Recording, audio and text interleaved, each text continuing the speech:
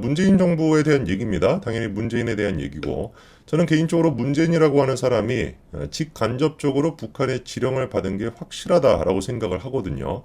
그렇지 않고서야, 북한의 지령을 받지 않고서야 저렇게 조직적으로 그리고 또 치밀하게 대한민국의 기반부터 무너뜨릴 수는 없다고 봐요. 그러니까 이재명 같은 경우는 사실 뭐 잡범에 비슷한 사람이기 때문에 딱히 뭐 그냥 뭐 자기 어떤 비리 뭐 이런 것들 그냥 뭐 사리사욕 같은 걸 채우기 위해서 움직이는 그런 정도의 인간이라고 한다면, 문재인이 같은 경우는 정말 누군가한테 지령을 받고 북조선에 있는 그런 수령 동무한테 지령을 받고서 조직적으로 대한민국을 무너뜨려 가지고 이거를 그냥 적화 통일을 시키겠다라고 하는 목적이 있었다라고 저는 봅니다. 그리고 그거를 보여주는 여러 가지 어떤 모습들이 있는데, 대표적인 게 바로 뭐다? 탈원전에 대한 얘기예요. 여러분 잘 아시는 것처럼 문재인과 김정은 두 사람이 뭐 판문점 선언한다라고 이제 쇼를 했었을 때, 그때 논란이 됐던 게 뭐였습니까? 문재인이가 그 다리 위에서 김정은한테 USB 하나를 건네줬다라는 것이에요. 그 USB에 어떤 내용이 들어가 있을까라고 하는 논란이 굉장히 커졌습니다. 그런데 그 논란 중에 나왔던 얘기가 문재인이가 북한에다가 원전을 지어주려고 한다라고 하는 그 자료가 그 USB에 들어가 있다는 논란이 터졌었어요.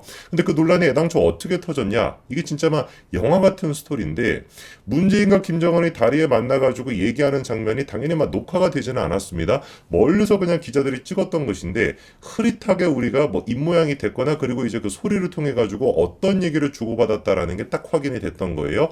발전소 문제는 이라고 하는 6글자를 얘기한 게 확인이 된 겁니다. 이거는 막 보도가 다 됐으니까. 그 보도를 통해 가지고 우리가 알 수 있었던 거예요. 만약에 그 보도가 안 됐으면은 USB를 건너줬다, 그리고 USB 속에 그 발전소에 대한 문제가 있다라고 하는 걸 전혀 우리가 몰랐을 것인데, 진짜 기가 막히게 저희가 하늘에 도왔다고 보는데 기가 막히게 하필이면 그게 이제 딱 캐치가 돼가지고 문재인이가 발전소 문제는 이라고 하는 얘기를 김정은과 주고받았다라는 게 확인이 된 것이죠. 그래가지고 그때부터 어떤 얘기가 나왔던 겁니까? 야, USB에 발전소를 지어주겠다는 얘기가 들어가 있고 그걸 김정은한테 준 거 아니냐, 이런 얘기가 나왔습니다. 자, 그런데 이 논란이 커졌던 이유가 더 있어요. 일단 이 논란이 커지니까 대통령실에서 나와서 막 여러 가지 해명을 했었습니다. 일단 조한기가 나와가지고 뭐라고 해명을 했었었냐? 판문점 도보다리 위에서 문재인이 김정은한테 발전소 USB를 건넸다라는 건 거짓이래요. 이거는 악의적인 왜곡이다라는 식으로 해명을 했습니다. 그런데 이 해명이 거짓이다라고 입장을 또 밝힌 사람이 있습니다. 물론 자기는 그런 의도가 아니었겠지만 결과적으로 거짓이라고 밝힌 꼴이 됐는데, 왜? 저 얘기에 대해서 정면으로 반박했던 사람이 김의겸 당시 청와대 대변인이었습니다. 김의겸이 문재인한테 직접 확인했다라고까지도 하면서 뭐라고 했습니까? USB 안에 발전소 관련 사안이 담겨 있다. 신경제 구상을 책자랑 PT 영상으로 만들어가지고 직접 김정은한테 줬다라고 분명히 김의겸에게 얘기했고, 저거는 누구한테 확인했다라고 했어요? 문재인한테 확인했다라고 김의겸이 분명히 얘기했거든요. 그러면 뭐 이 누가 거짓말을 하는지 밝히는 방법은 간단한 거잖아요. USB 내용 공개하면 되는 거 아니겠습니까?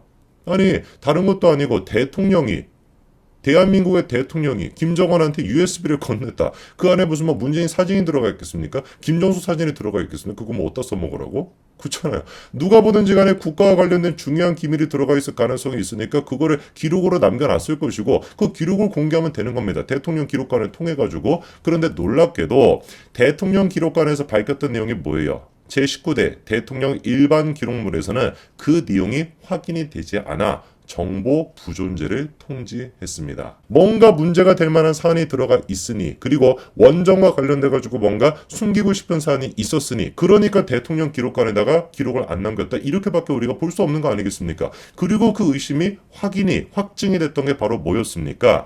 감사가 이루어지기 전날 밤에 어떻게 된 것인지 산업자원부의 이 공무원들이 자료 444개를 조직적으로 삭제했다는 게 드러나게 된 것이죠. 자, 그래서 이 삭제를 한 사람을 불러다가 놓고 물어봤죠. 이거 왜 삭제했냐? 그리고 이 삭제를 지시한 사람이 뭐냐? 그 답변이 뭐였는지 기억나시죠? 기가 막히게도 신내림을 받았나봐. 이게 답변이었습니다. 삭제를 해놓고 난 다음에 신내림을 받았다 이 난리를 치고 앉아있으면 이걸 왜 가만히 둬야 되겠습니까? 지시를 내린 인간부터 시작해서 싹 다 잡아들여야 되겠죠. 그렇죠?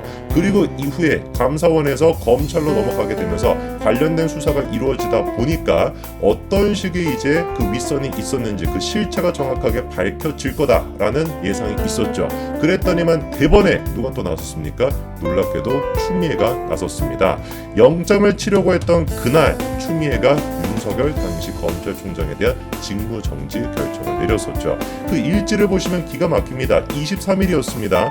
대전지검에서 보감하고 난 뒤에 대검에다가 내일 영장 보고서를 보내겠다라고 밝혔습니다. 그리고 바로 다음날 24일이 되니까 추미애가 어떻게 했습니까? 윤석열 검찰총장에 대한 직무정지 결정을 내렸죠. 대통령 기록관에다가 정보까지 기록을 안 해놓고, 그리고 남아있었던 자료는 감사가 이루어지기 직전에 삭제를 하고 검찰 수사가 이루어지려고 하니까 추미애가 직무정지를 했다라고밖에 볼 수가 없는 거 아니겠습니까? 그런데 이후에 직무정지가 풀렸죠, 그렇죠? 그리고 검찰 수사가 진행이 됐습니다. 그래서 이 산업통상자원부 직원들이 어떤 자료를 삭제했는지까지도 공개가 됐는데 그게 또 기가 막힌 내용이었죠. 자,